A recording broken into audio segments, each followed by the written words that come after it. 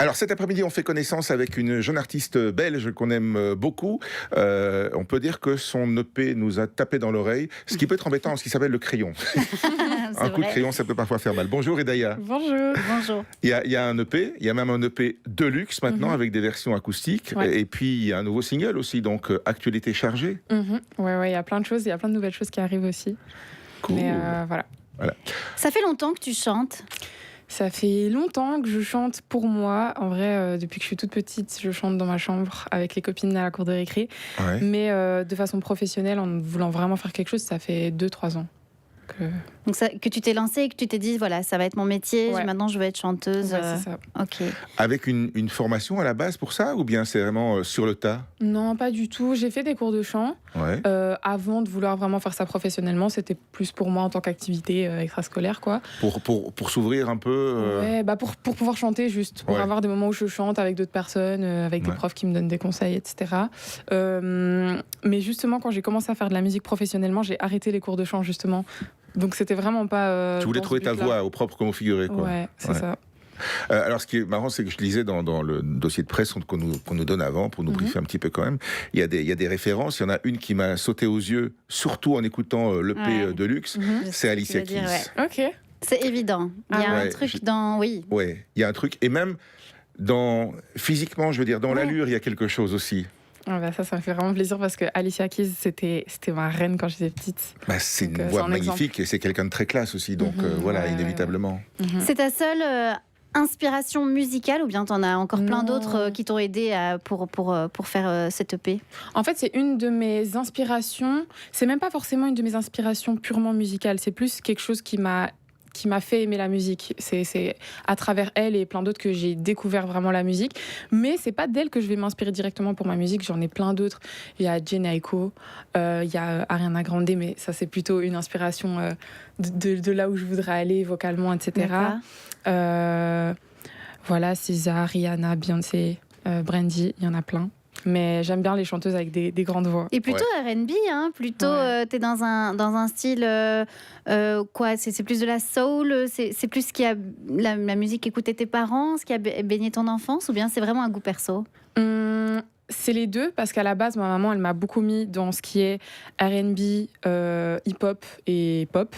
Ouais. Et moi, en grandissant, j'ai découvert la soul, et tout ça, ça s'est mélangé un peu, et c'est devenu de la néo-soul finalement. Mais j'aime bien dire que je fais ma néo-soul à moi, parce que je trouve que ça ressemble pas forcément à ce qu'on a l'habitude d'entendre. Et il y a vraiment des sonorités parfois afro, pop, Ouais. parce que j'aime beaucoup de choses, donc j'ai du mal des fois à rester sur un seul créneau. Faire un mélange, quoi. Ouais. Faire ton mélange à toi, c'est un peu ça c'est l'idée. ça. Mhm.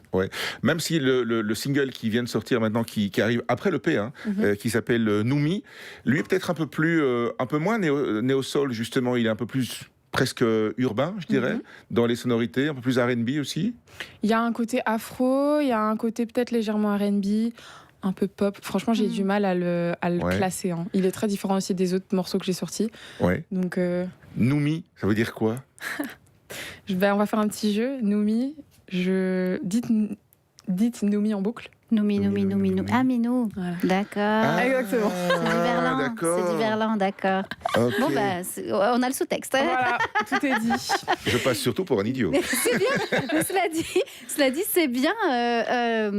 C'est des thèmes il y a plusieurs thèmes dans ton EP. Il y a Ouais. plusieurs thèmes que tu abordes. Mm-hmm. C'est toi qui écris ou c'est toi qui écris toutes tes chansons? Ouais, j'écris toutes mes chansons, mais je suis toujours hyper ouverte à avoir de l'aide de mon producteur, de mon équipe. Donc voilà, il y a des fois, on recadre les choses quand je pars un peu trop loin ou que justement je pousse pas assez dans mes paroles ou dans les mélos, etc. Mais en gros, ouais, j'écris tous mes textes. Et c'est quoi les thèmes que tu avais envie d'aborder quand tu as écrit ton EP au tout début? Qu'est-ce que tu avais envie de sortir, en Ouais. fait? Je pense que j'avais envie de parler un petit peu de tout ce que je ressentais en tant qu'adolescente parce qu'il y a certaines chansons que j'ai écrites, j'étais encore très jeune, je suis toujours jeune, mais encore plus jeune que maintenant. Il y a certains textes même que j'ai écrits, certaines parties de textes, par exemple dans Calme, il y a une toute petite partie que j'ai écrite, je devais avoir 16 ans, je pense. Ah ouais, ok. Donc voilà, mais en vrai, je voulais parler d'amour, je voulais parler de doute, je voulais parler d'anxiété, plein de choses. Toutes Ouais, des choses qui t'ont traversé justement en tant qu'adolescente ou Ouais. jeune adulte, on va dire.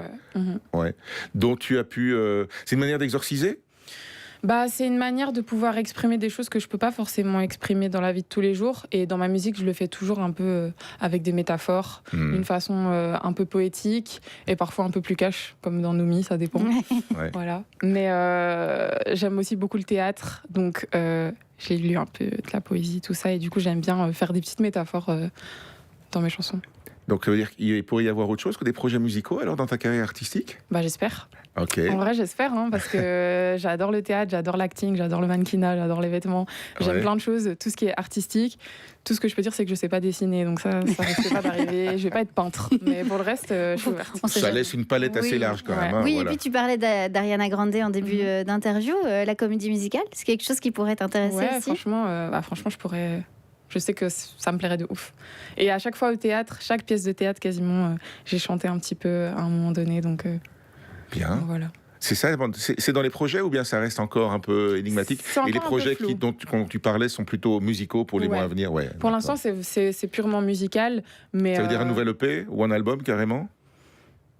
Ah, on ne peut pas trop le dire Ah, apparemment. voilà. je reste encore un peu, voilà, mais il y a un projet en tout cas. J'ai été indiscret. Bah écoute, Non, on ça va. J'ai essaye. essayé. Hein, On j'ai essaye, essayé. c'est un peu notre métier. Non, quand c'est même. parce que même moi, je sais pas si je peux dire. On me surveille là-bas. Donc, Ah oui, aujourd'hui, une carrière artistique, ça se pilote. Oui, évidemment. Ouais. Ça veut dire qu'il faut aussi que tu sois très investi sur les réseaux sociaux, que tu as dû faire un peu ton trou, si j'ose dire, sur TikTok, etc. C'est aussi une des voies importantes aujourd'hui pour arriver à se faire connaître, pour réussir.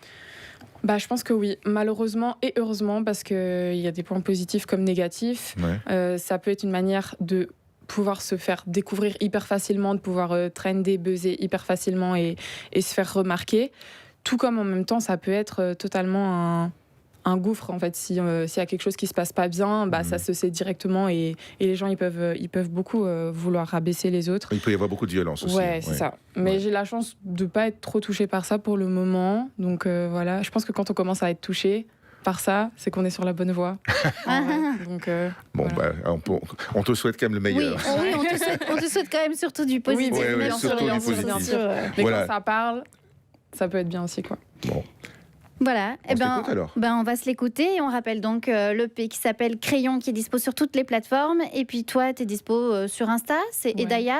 Et Daya-du-bas DLV partout, Insta, TikTok, YouTube. Ben voilà, n'hésitez pas à aller soutenir un jeune talent belge Une jeune prometteur. Namuroise, si je ne m'abuse, Ouais. c'est ça? En Voilà, plus, ben voilà, Cocorico. exactement. Merci beaucoup, Merci Edaya. Daya, Plaisir, bonne merci. continuation à toi. Merci beaucoup.